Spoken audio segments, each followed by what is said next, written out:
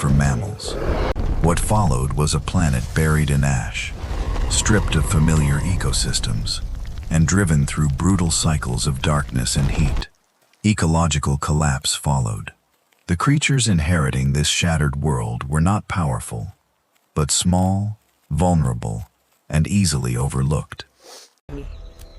Yet from those survivors came giant mammals, ancient whales, early primates, and an entirely new order of life. How did the smallest survivors of the old world become the rulers of the new one? 66 million years ago, Earth was already a planet of extraordinary biological complexity, filled with forests unlike anything seen today. Flowering plants were spreading through ecosystems once dominated by older forms of vegetation. Insects moved pollen between blossoms. Rivers carried sediment through warm lowlands. Shallow seas covered parts of the continents. At the top of this living network stood the dinosaurs. They occupied nearly every major role available to large land animals. Some moved in herds across open floodplains. Others browsed among forests or hunted along river systems. Their bodies ranged from small feathered forms to giants heavier than any land animal alive today. They had survived volcanic eruptions, shifting continents, rising seas, and long periods of climate change. But this threat was different. An asteroid roughly 10 kilometers across approached Earth at a speed measured in tens of thousands of miles per hour. It struck near the edge of what is now Mexico's Yucatan Peninsula. The collision formed the Chicxulub crater. Near the impact site, rock was crushed, melted, and vaporized almost instantly. Earthquakes tore through the crust. Enormous waves surged across the surrounding seas. Material blasted from the crater rose through the atmosphere before falling back toward the surface. But the impact itself was only the first stage of the disaster. The asteroid struck rocks containing sulfur-bearing minerals and organic material. Gases, dust, and soot entered the atmosphere. Some of this material reached high enough to spread around the planet. Sunlight reaching the surface fell sharply. Scientists still debate how dark the planet became, how far temperatures fell, and how long the worst conditions lasted. Different models give different estimates, but the larger result is clear.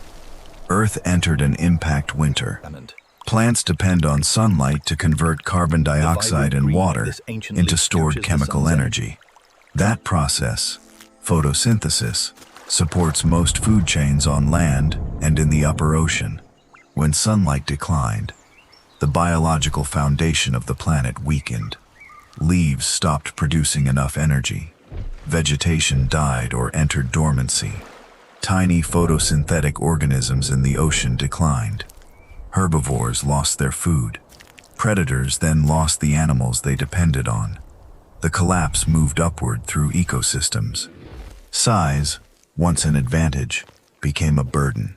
A large animal requires a constant supply of energy. A large animal may need vast territory, abundant vegetation, or a reliable population of prey. When those resources vanish, a powerful body becomes costly to maintain. Specialization created another danger. An animal tied to one food, habitat, or hunting strategy may thrive only while its environment remains stable.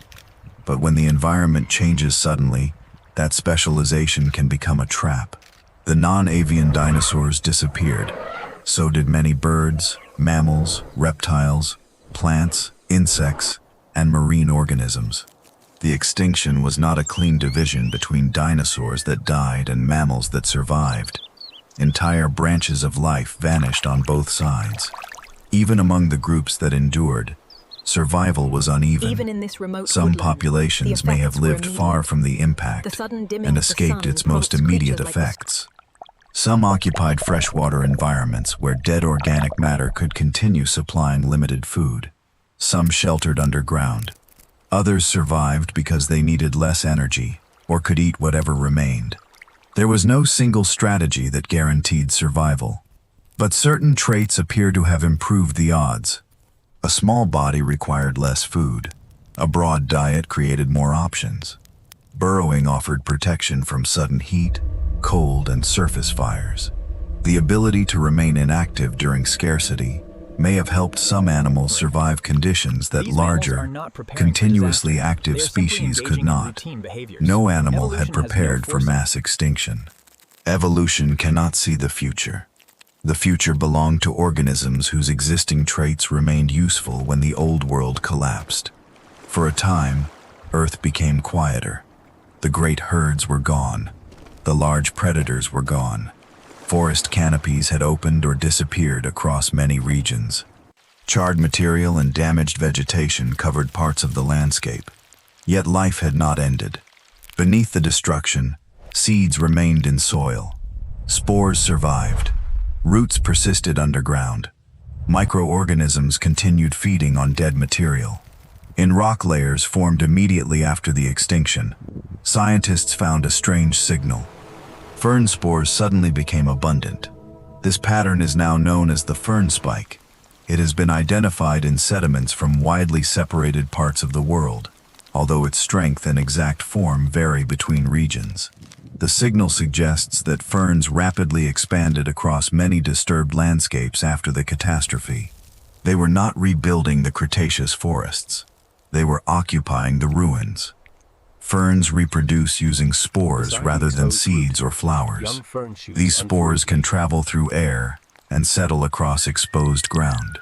Many fern species can grow quickly in damaged environments, where larger plants struggle to establish themselves. Modern volcanic eruptions offer a smaller comparison. When an eruption strips vegetation away, ferns are often among the first plants back. They spread across open soil, stabilize the ground, and add organic material that later plants can use. After the asteroid impact, something similar unfolded on a planetary scale. The first green landscapes were probably not tall forests with complex layers of life. In many places, they were low, uneven fields of pioneer vegetation. Recovery was neither immediate nor uniform. Some environments began rebuilding sooner than others. Coastal zones, river systems, wetlands, and inland forests followed different paths. The surviving plants depended on local temperature, rainfall, soil, and the severity of destruction.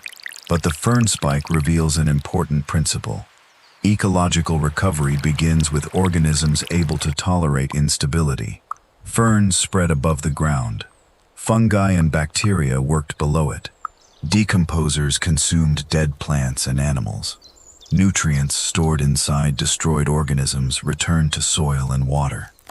Carbon moved through new pathways. Damaged ecosystems began rebuilding from their simplest surviving parts. First came decomposition, followed by pioneer vegetation. Then came increasingly complex communities of plants, insects, and small animals. The old world did not return. Life began assembling something entirely new. Among the animals moving through these recovering environments were mammals. Mammals were not newcomers. Their evolutionary history extended deep into the age of dinosaurs. Before the impact, mammals had already developed many forms and lifestyles. Some climbed, dug, or glided. Some hunted insects.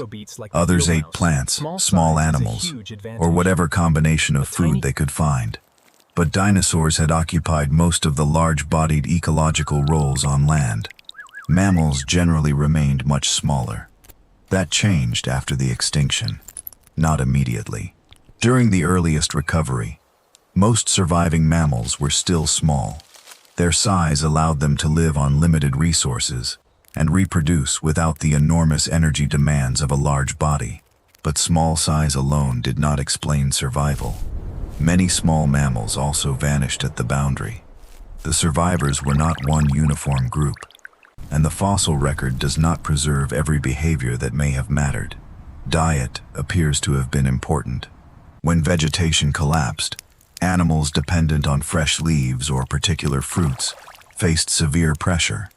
In contrast, mammals able to eat seeds, insects, roots, carrion, or fungi, had more ways to survive. Shelter may have mattered as well. Underground and freshwater habitats could soften the worst surface conditions. Animals living underground or near freshwater systems could have avoided some of the worst surface conditions. Burrows moderated temperature. Wet sediments offered protection from fire. Rivers and lakes collected organic material from large surrounding areas. But survival was only the beginning. Once ecosystems started recovering, the extinction left enormous ecological vacancies. For millions of years, dinosaurs had divided the landscape among themselves. Large browsers processed vegetation. Predators controlled prey populations. Smaller species occupied trees, forest floors, and river margins. Now many of those roles were empty. Mammals did not enter those vacant roles according to any plan. Different populations simply encountered new combinations of food, space, predators, and competitors. Natural selection acted on those populations. A slightly larger body might provide access to new plants. Stronger limbs might make digging easier. Changes in teeth could allow an animal to process harder vegetation or tear flesh more effectively. Better balance could open life in the trees. Webbed feet or denser bones could support more time in the water. Across thousands of generations, small differences accumulated. The result was not a smooth rise toward modern mammals. It was an explosion of experiments. The fossil record from the first million years after the extinction shows ecosystems changing rapidly. Plant diversity returned. Mammal communities became more varied, and body sizes increased within a relatively short geological interval. Some mammals became far larger than their ancestors, but their brains did not necessarily expand at the same pace. Studies of early Paleocene mammals suggest that the first stage of their radiation emphasized bodies before brains. Survivors entered vacant ecological roles by changing size, feeding structures, and locomotion. More substantial increases in relative brain size came later in several lineages. At first, selection favored bodies capable of exploiting the new world. Only later did some groups invest more heavily in expanded sensory and cognitive systems. Among the most distinctive early large mammals were the Pantodonts.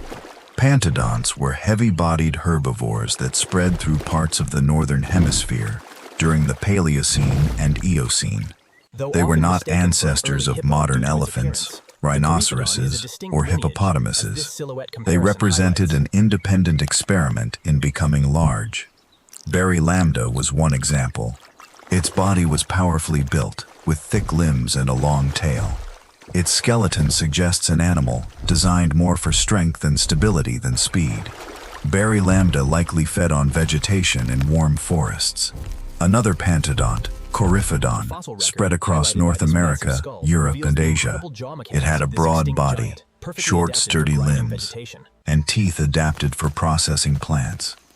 Chemical evidence suggests that some Coryphodon populations spent substantial time in wet environments near rivers, swamps, and floodplains. To modern eyes, Coryphodon may look vaguely hippopotamus-like, but that resemblance is misleading. It was not an early hippo. It belonged to a branch of mammals with no living representatives.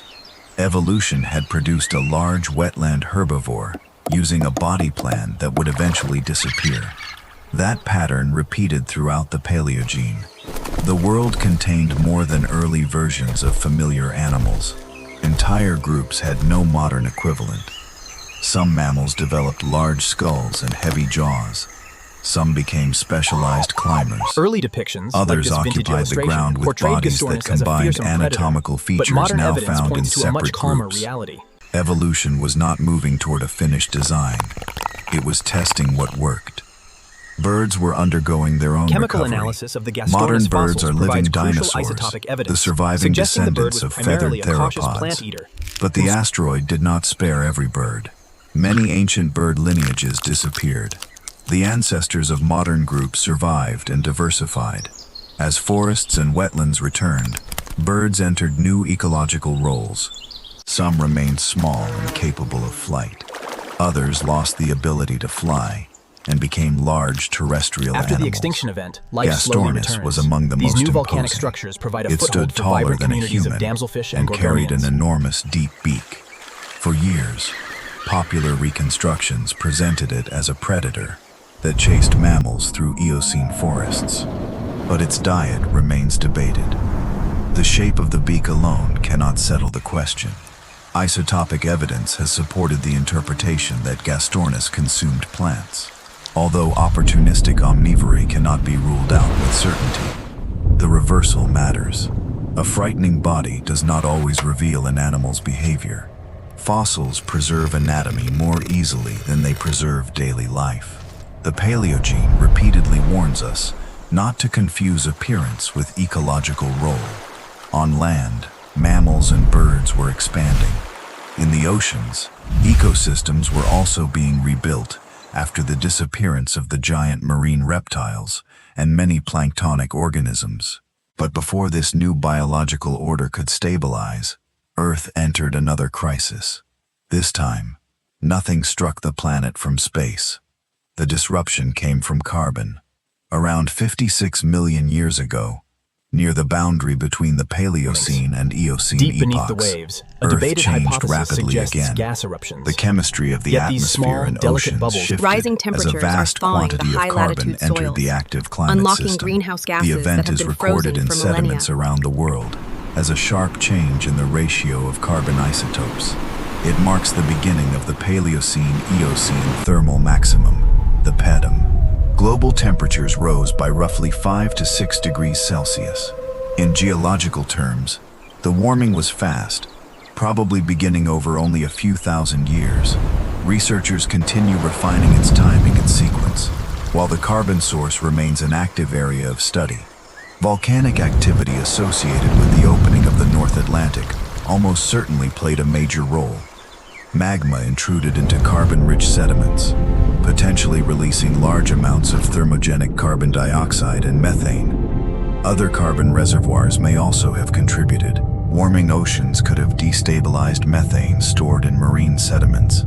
Thawing organic material in The fossil high-latitude record soils clearly shows a may sharp have decline in released deep-sea additional biodiversity carbon. at the PETM boundary Changes layer. in ocean circulation and biological productivity may have amplified the disruption. The PETM was probably not caused by one simple mechanism. It likely began with an initial trigger. Feedbacks within the Earth system then amplified As carbon it. dioxide dissolves, As greenhouse the gases chemistry of the ocean accumulated, shifts, the impacting atmosphere marine trapped life more heat. and leaving a record The in the oceans seafloor. warmed. Rainfall patterns shifted. Some regions became wetter. Others experienced stronger seasonal dryness. Rivers carried more sediment and weathered material toward the sea. The planet responded unevenly. Not as one uniform surface, it responded as a network of connected systems. The deep ocean experienced one of the event's clearest biological crises. Benthic foraminifera, tiny single-celled organisms living on or within seafloor sediments, suffered a major extinction. Roughly 1/3 to 1/2 of known deep-sea species disappeared in a relatively short interval. Several pressures may have acted together. Warmer water holds less dissolved oxygen. Changes in circulation can reduce the delivery of oxygen to the deep sea. Carbon dioxide entering the ocean changes its chemistry and can increase acidity. Food arriving from surface waters may also change in quantity and quality. The deep ocean was not lifeless. The It was silhouettes a emphasize habitat the dramatic under size multiple difference. forms of stress. During the peak warming On period, land, early the horse response relatives looked different. experienced significant. Plants and animals shifted their ranges as climate zones moved toward the poles. Warm adapted organisms appeared in regions that had previously been cooler. The PETM also coincided with the rapid spread of several mammal groups across the northern hemisphere. Early primates, early hoofed mammals, and other lineages appeared across North America, Europe, and Asia. They emerged within a narrow geological interval, aided by warm climates and connections between continents. Those conditions opened high-latitude migration routes that would later become far less hospitable. Migration was only one response. Some mammals became smaller, including early horse relatives in Wyoming's Bighorn Basin. Their fossils show a marked decrease in body size The during Cretaceous peak boundary warming. shows a stark collapse. Body size increased moving again into the Paleocene as temperatures Eocene Thermal moderated. Maximum. Similar patterns appeared in other mammal lineages. The causes may have differed, but a smaller body can release heat more effectively. It also requires less food and may reach reproductive age sooner. But heat alone may not explain every case. Changes in rainfall, vegetation, nutrient quality, and atmospheric carbon dioxide could all affect the amount and quality of food available. The important lesson is not that warming This always journey makes reveals a mammals dramatic smaller. shift. It From is the that humid rapid equatorial climate forests change can north alter across the the warm biological ocean, value the temperature of body contrast is size. subtle. A body perfectly suited to yesterday's environment may become costly tomorrow. The PETM did not produce an extinction comparable to the end of the Cretaceous. Many groups diversified or migrated rather than disappearing, but it transformed ecosystems across the planet. Earth did not need an asteroid to rewrite the conditions of life. Its own carbon cycle was enough. And as the initial crisis eased, the Eocene developed into one of the warmest, sustained climate states of the Cenozoic. There were no permanent ice sheets like those covering Antarctica and Greenland today. Warm oceans moved heat toward high latitudes. The temperature difference between the equator and the poles was smaller than it is now. Near the Arctic Circle, landscapes existed that would be impossible under the modern climate. Ellesmere Island in northern Canada preserves evidence of forests, rivers, wetlands, turtles, fish, and crocodilian relatives from the early Eocene. These organisms lived through months when the sun remained below the horizon. The region was warm compared with the modern Arctic, but it was not an endless tropical summer. It still experienced darkness, seasonality, and cool winters. That combination created a world with no exact modern equivalent. Forests stood beneath a sky that disappeared into polar night. Animals adapted to mild conditions endured months without direct sunlight. Rivers crossed floodplains where ice and tundra dominate today. The Eocene greenhouse was not simply the modern tropics expanded northward. It was a different arrangement of atmosphere, oceans, continents, vegetation, and seasonal light. Here we see Lower latitude forests became extraordinarily rich. Flowering plants had already diversified during the Cretaceous, but their ecological expansion continued after the extinction. They developed relationships with insects, birds, and mammals. Decomposition is vital. Flowers As offered these pollen leaves and and branches nectar. break down, facilitated Fruits by offered fungi and energy in insects, exchange they return for essential carrying nutrients to the seeds. soil. Leaves became food for an expanding range of herbivores. Plants did not passively accept this pressure. They evolved tougher tissues and chemical defenses. Insects evolved methods for tolerating or avoiding those defenses. Pollinators became increasingly effective at locating particular flowers. These interactions This crowded created Eocene evolutionary habitat shows a feedback. remarkable example A of niche change in one partitioning, organism with mammals feeding altered the peacefully at pressures every acting level on of the another. forest. Forests became systems of exchange, competition, defense, and dependence. Insects were central to that system. This vibrant Beetles fed on ecosystem is leaves, a picture of wood, balance. seeds, and As fungi. the early herbivores feed, Flies and early specialized bees predators moved between flowers. Ants built colonies and changed soils. Termites and other decomposers broke down dead plant material. The largest animals were often the most visible members of an ecosystem, but the smallest organisms kept The gray whale's ecosystem powerful energy flippers moving. are essential for steering. Without Yet decomposers, deep within its body lie dead the material vestigial would remnants of accumulate, ancient hind. and nutrients would remain locked away. Without pollinators, many plants would reproduce less efficiently. Without plant-eating insects, earliest whales, predators would like lose a major Pococetus, food were source. land mammals. The age But of the mammals discovery of was also an skeletons age of like plants, fungi, microbes, and insects. Mammals could become large only because smaller forms of life had rebuilt the systems supporting them. As Eocene ecosystems became richer, competition intensified. Some mammal lineages increased in size. Others became faster or more specialized. Teeth changed as animals adapted to new vegetation and prey. Predators evolved alongside herbivores.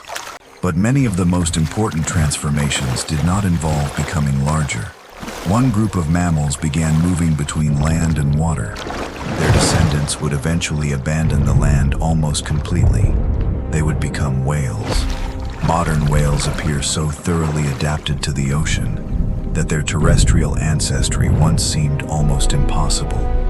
Their forelimbs are flippers. Their hind limbs have nearly disappeared. Their nostrils have shifted toward the top of the skull. Their bodies are shaped for moving through water rather than supporting weight on land. But Eocene fossils record many stages in this transition. The earliest known whales were not giant ocean animals. Pachycetids lived around freshwater systems in what is now South Asia. They possessed the distinctive ear structures that identify them as early cetaceans, but their bodies still supported effective movement on land. They did not resemble modern whales. They looked more like long-legged terrestrial mammals that had begun exploiting food near water. Later forms became more amphibious. Ambulocetids had powerful limbs and bodies suited to swimming. Ambulocetids could still move on land, but they may have hunted in rivers, estuaries, or coastal waters. Other branches tested different combinations of aquatic and terrestrial anatomy. The transition was not a straight sequence in which one species transformed neatly into the next. Multiple early whale groups existed at the same time. Some remained closer to shore. Some entered rivers. Some became increasingly marine. Many left no descendants. This was a branching radiation. Across millions of years, the anatomy of whales changed piece by piece. Their hearing became better adapted to water. Their limbs became more specialized for swimming. Their spines developed greater flexibility for propulsion. Their connection between the pelvis and backbone weakened. Their nostrils began shifting backward along the skull. Protocetids could travel through marine environments while retaining functional hind limbs. Some may still have returned to land for part of their lives. By the late Eocene, basilosaurids were fully aquatic. Their bodies were long and streamlined. Their hind limbs had become too small to support walking. They lived, hunted, and reproduced in the ocean. The change from land mammal to whale did not require evolution to invent an entirely new animal at once. It required existing structures to take on new functions. Forelimbs that once supported weight became steering surfaces. A tail used for balance became part of a swimming system. Hearing structures adapted to air became specialized for detecting sound in water. Natural selection modified what was already there. Whale evolution reveals the scale of opportunity created by the post-dinosaur world. Mammals did not only grow into the spaces left vacant on land, they entered an ocean once dominated by extinct marine reptiles and developed one of the most extreme body plans in mammalian history. Yet another evolutionary experiment was taking place in the forests. It involved animals far smaller than the largest Across whales the ancient or Pantodonts. northern forests of the Eocene, They lived among from branches. Europe to North America, Their survival early primates depended on found an balance, interconnected precise world. movement, and the ability to judge distance. They were early members and relatives of the primate lineage. Purgatorius is often placed near the beginning of this story. Most of what scientists know about it comes from teeth, jaws, and a limited number of ankle bones.